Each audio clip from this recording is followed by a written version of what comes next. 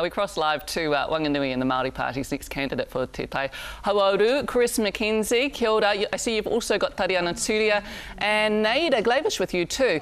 Morena, congratulations first of all. Now I've got to start and ask you, you're stepping into the shoes of the person who founded this party. I mean, the pressure is really on for you, isn't it? Ai, tika tonu. Engari te tuatai tēnā koutou katoa e te motu.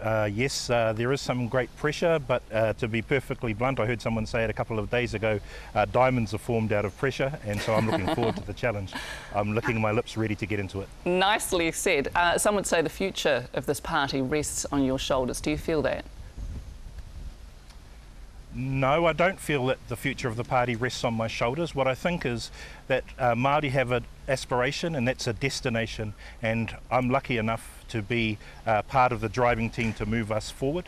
But what I'm absolutely sure of is that there are many people before me, and I tuku mihi kia whaiatari to our past presidents who have built a foundation of values and aspirations for our people, and I hope to add my piece to that. I'm not the first, I most certainly will not be the last. Well, I'm curious to know what your plan is. Ken Mea, your Vice President, says that the Māori Party was looking for a candidate who'll carve a new path. What does that mean to you?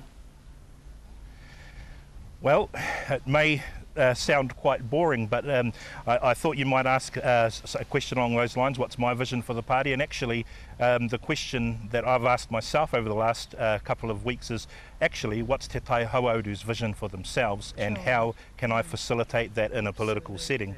That's what it's really going to be about for me. And have you come to an answer on that?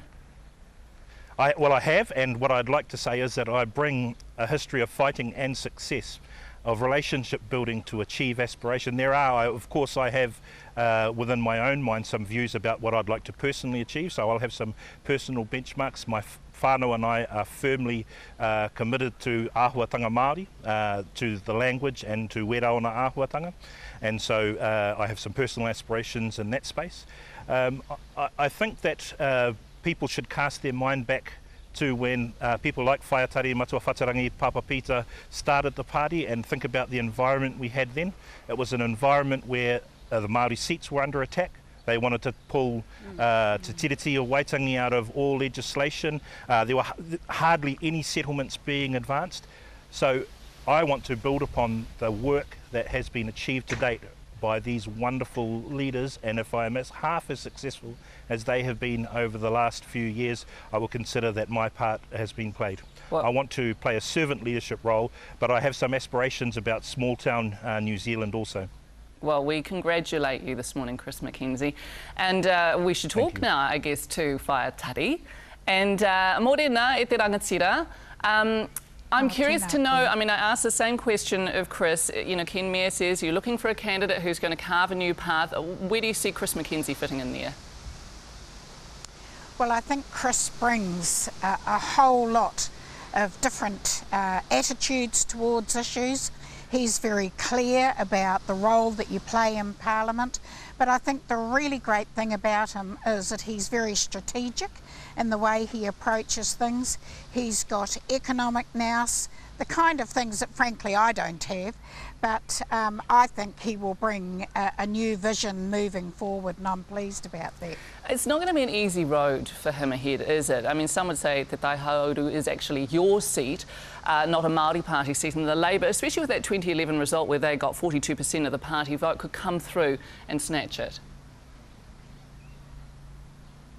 Well, I don't agree with that. I think for a long time our people have attached their aspirations to the Labour Party, but in the last 10 years they have been able to access and believe in direct change in their lives, and that has happened through having an Indigenous voice in Parliament and not relying on a mainstream political party to take them forward. I think the winds of change, as we are seeing here today in Whanganui, are clearly, I think they're clearly showing that there is a different view there within Māoridom, and our people have definitely changed from when I entered 17 years ago.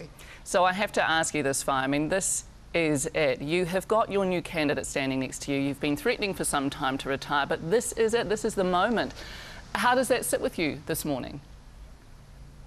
Oh look, I decided over a year ago that this was definitely my last election, and I haven't veered from that. It's been actually the media and other political parties have said that I wouldn't be retiring.